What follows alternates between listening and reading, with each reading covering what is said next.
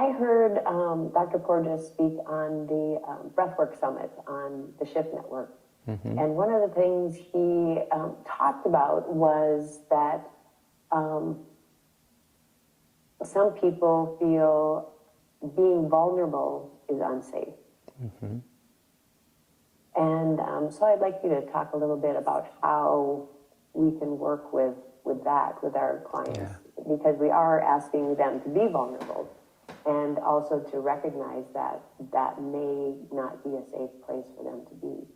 Yeah, and he talks a bit. I didn't hear that specific talk that you're referring to, but I think he really articulates well about that continuum from accessibility to vulnerability. And vulnerability to me is, there is some fear, there is some doubt, there is some uncertainty, right? And then accessibility is, I'm open, throw at me what you will, and I'm ready, and I'm here. And it is a continuum. And so I think really there's so much in this. So anytime we're under threat, or we're in a threat physiology, opening up feels vulnerable, right? So in order to really be accessible, we have to find enough safety, enough connection, enough certainty that we can open up and be accessible without it feeling vulnerable, or so vulnerable that we get locked into being afraid, and now that's really a lot of threat. So to me, it's very much like where you talked about empathy to compassion. I actually don't think it's fixed. I think it moves. So I think, like, in my own experience, getting to a place in my own body where I feel really safe and connected, and then I can put myself in a situation or in a relationship or a context or an environment that is unfamiliar to me, that I haven't done before. By Cheyenne, right? That triggers a moment of feeling vulnerable. So what does that mean? That means that my physiology shifted. Like, that vulnerable feeling is a shift in my physiology.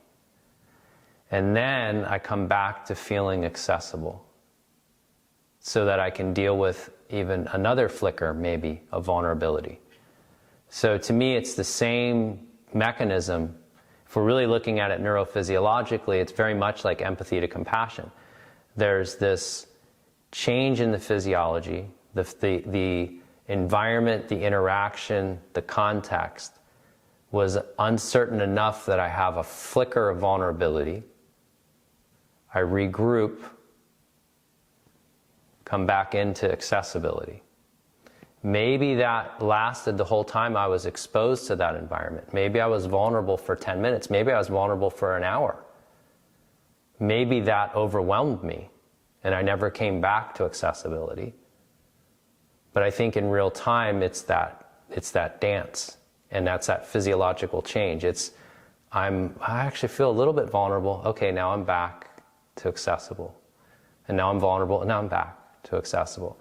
And I think what he's getting at with those of us who have, for whatever reason, retuned our physiology to be more locked in a threat physiology, on guard, whether it's mobilized or whether it's detached, whatever it is, if it's a defense, threat-oriented physiology, more often than not, we aren't in bodies anymore that actually feel safe enough to be accessible, and any moment of feeling accessible throws us right back into high levels of vulnerability. We get triggered even more. So what's happening in the physiology is the physiology might for a moment settle down. Our heart rate might slow, like you're taking a client through a breathing practice, deliberately to settle them. They settle, they calm, but that calm, settled feeling is associated with something either consciously or subconsciously, that when they feel that, when they have interoceptive awareness of that feeling, consciously or subconsciously, it triggers vulnerability and a threat physiology. Again, either highly mobilized to get out of there or detached, shutting down. Back and forth. Whereas as we become more resilient, we can tap into that same felt sense of vulnerability, but it doesn't overwhelm us. It doesn't kick us. We're comfortable with that. It's not such a massive trigger that we respond with more threat.